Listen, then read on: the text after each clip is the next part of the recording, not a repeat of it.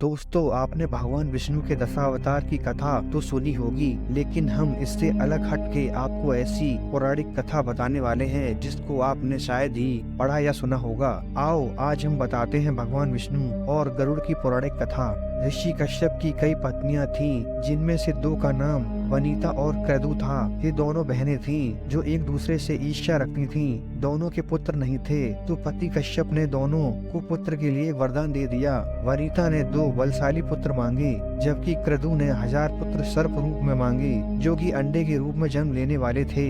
सर्प होने के कारण क्रतु के 1000 बेटे अंडे से उत्पन्न हुए और अपनी माँ के कहे अनुसार काम करने लगे। दोनों बहनों में शर्त लग गई थी कि जिसके पुत्र ज्यादा बलशाली होंगे, हारने वाले को उसकी दासता स्वीकारनी होगी। इधर सर्प ने तो जन्म ले लिया था, लेकिन वनिता के अंडों से अभी कोई पुत्र नहीं निकला था। इसी जल्दबाजी में वनिता ने एक अंडे को पकने से पहले ही फोड़ दिया।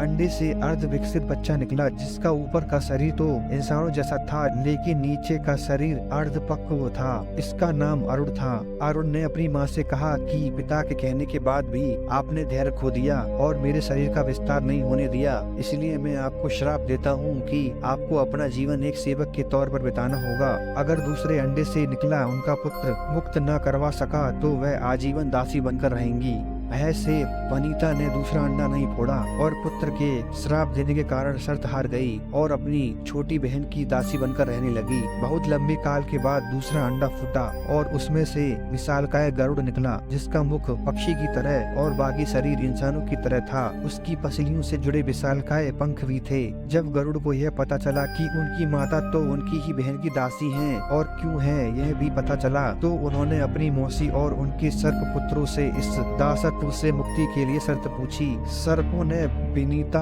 की दासता से मुक्ति के लिए अमृत मंथन से निकला अमृत मांगा। अमृत लेने के लिए गरुड़ स्वर्ग लोक की तरफ तुरंत निकल पड़े। देवताओं ने अमृत की सुरक्षा के लिए 3 चरणों की सुरक्षा रखी थी। पहले चरण में आग के बड़े पर्दे बिछा रखे थे, दूसरे में घातक हथियारों की आपस में घर्षण करती दीवार थी और अंत में 2 विषैले सर्पों का पहरा। वहाँ तक भी पहुँचने से पहले देवताओं से मुकाबला करना था। गरुड़ सबसे भिड़ गए और देवताओं को बिखेर दिया। तब गरुड़ ने कई नदियों का जल मुख में ले पहले चरण की आग को बुझा दिया। अगले पथ में गरुड़ ने अपना रूप इतना छोटा कर लिया कि कोई भी हथियार उनका कुछ न बिगाड़ सका और सर्पों को अपने दोनों पंजों में पकड़कर उन्होंने अपने मुंह से अमृत कलश उठा लिया और धरती की ओर चल पड़े। लेकिन तभी रास्ते में भगवान विष्णु प्रकट हुए और गरुड़ के मुंह में अमृत कलश होने के बाद भी उसके प्रति मन में लालच न होने से खुश होकर गरुड़ को वरदान दे दिया कि वो आजीवन अमर हो जाएंगे। तब गरुड़ ने भी भगवान को एक वरदान मांगने के लिए बोला, तो भगवान ने उन्हें अपनी सवारी बनने का वरदान मांगा। इंद्र ने भी गरुड़ को वरदान दिया कि वो सांपों को भोजन रूप में खा सकेंगे।